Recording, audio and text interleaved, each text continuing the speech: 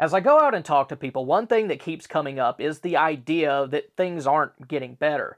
The ongoing war in Iran has a lot of people on edge, but it goes way beyond just that.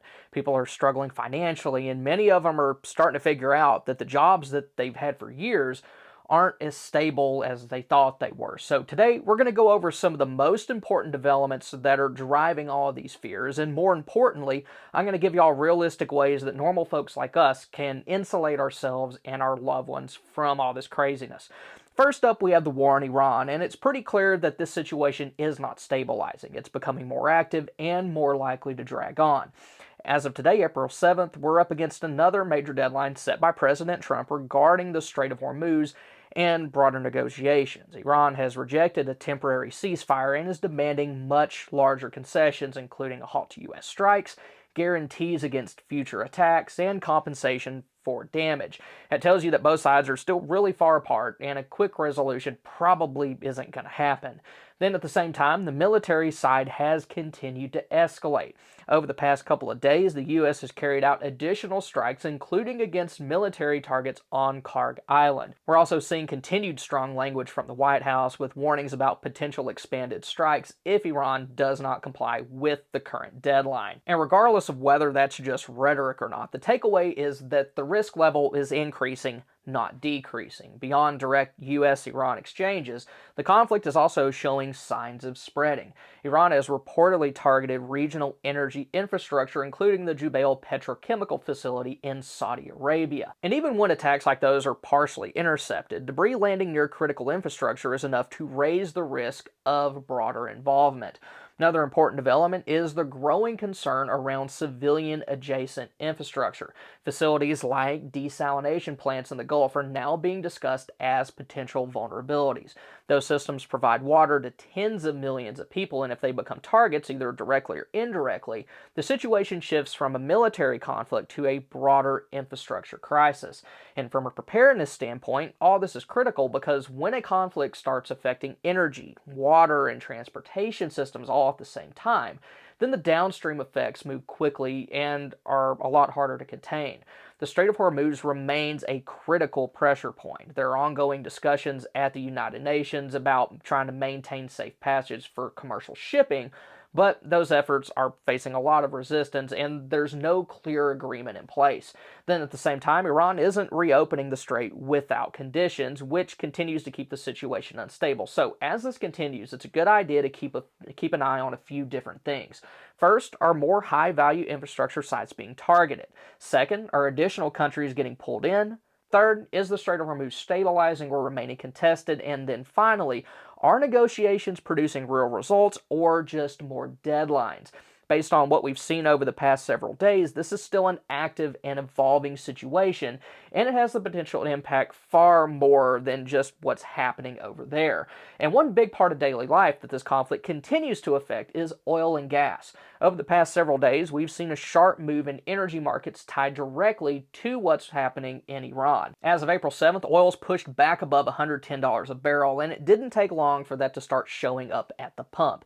In many parts of the country, including here in Texas, gas prices have been climbing steadily. Like where I live, the cheap gas station has gone up 30 cents in less than a week, and this isn't happening in a vacuum. It's a direct response to uncertainty around the Strait of Hormuz, which we talked about in the last section. Roughly 20% of the world's oil supply moves through that narrow stretch of water, so when traffic through it is disrupted or restricted, then markets react fast, and that's exactly what we're seeing right now. Investors are pricing in the risk that shipments could be slowed down, rerouted, or even temporarily blocked.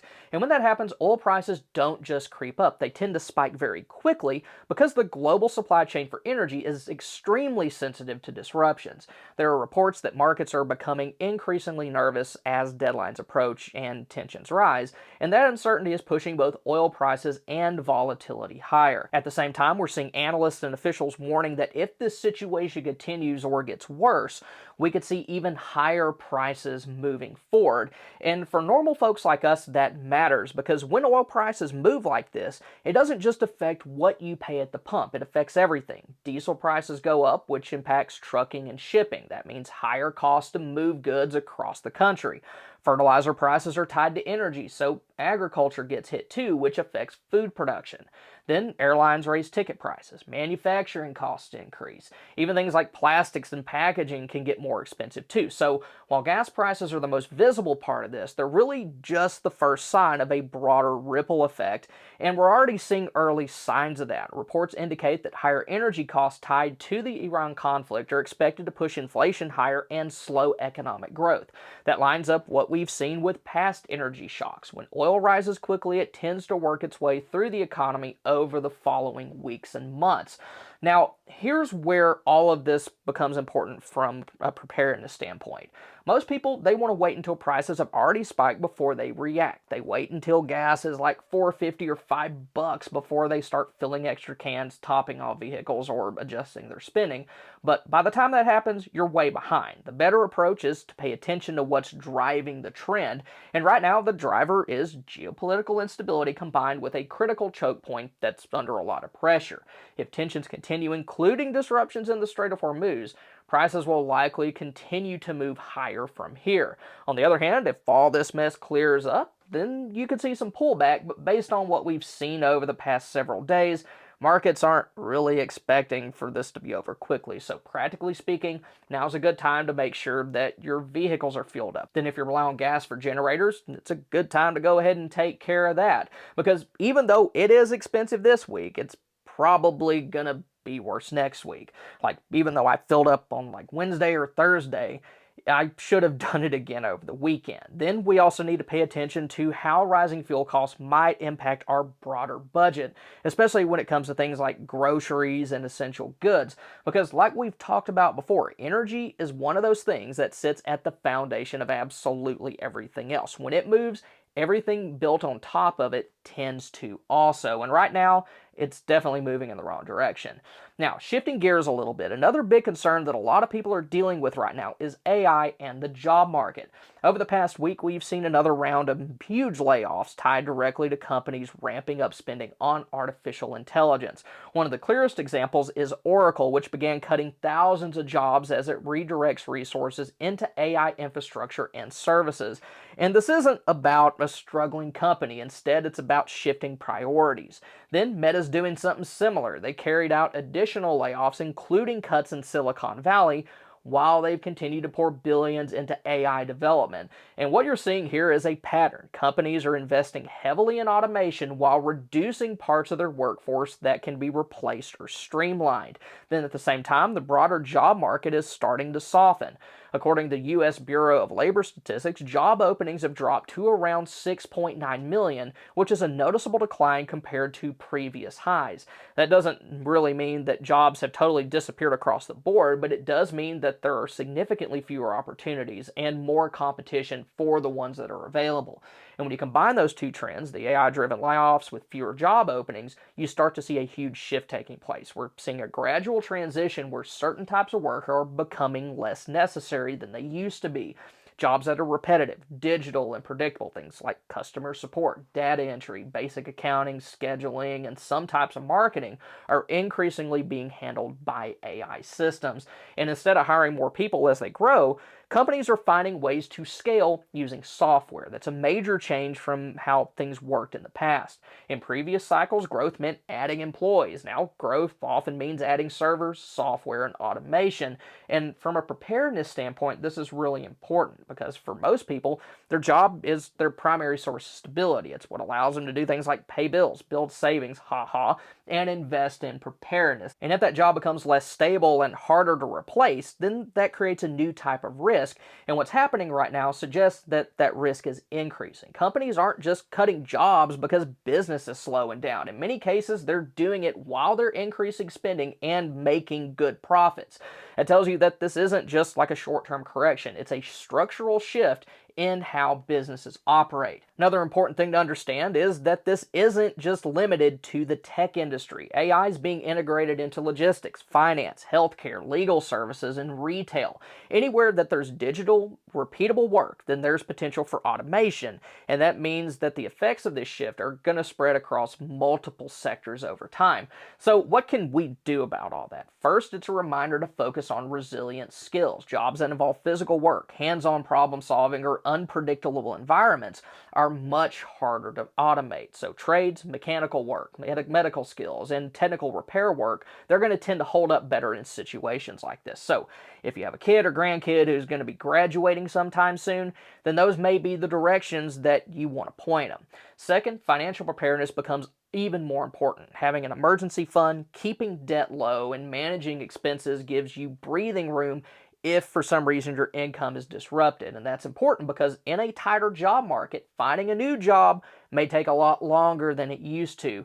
And third, if possible, it makes sense to diversify your income. That could be a side business, freelance work, or developing a skill that allows you to earn money outside of a traditional job. You just want to avoid being completely dependent on a single source of income in this sort of changing environment.